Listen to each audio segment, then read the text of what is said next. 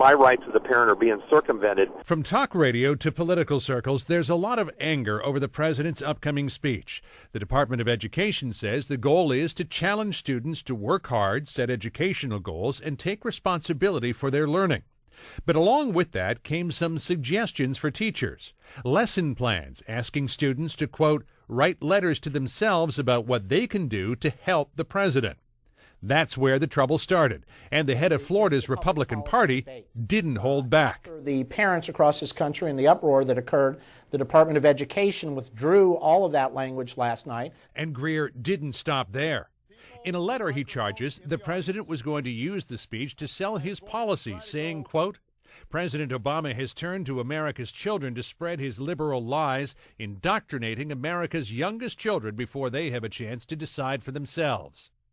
The response from the left?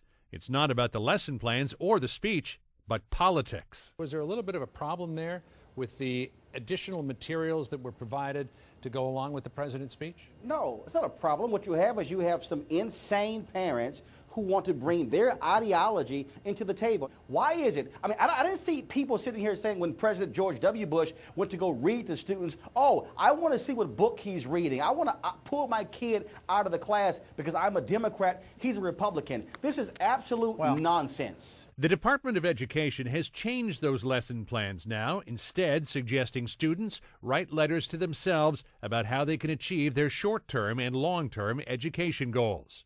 Some school districts in Texas, Illinois, Minnesota, Missouri, Virginia, and Wisconsin have decided not to show the speech.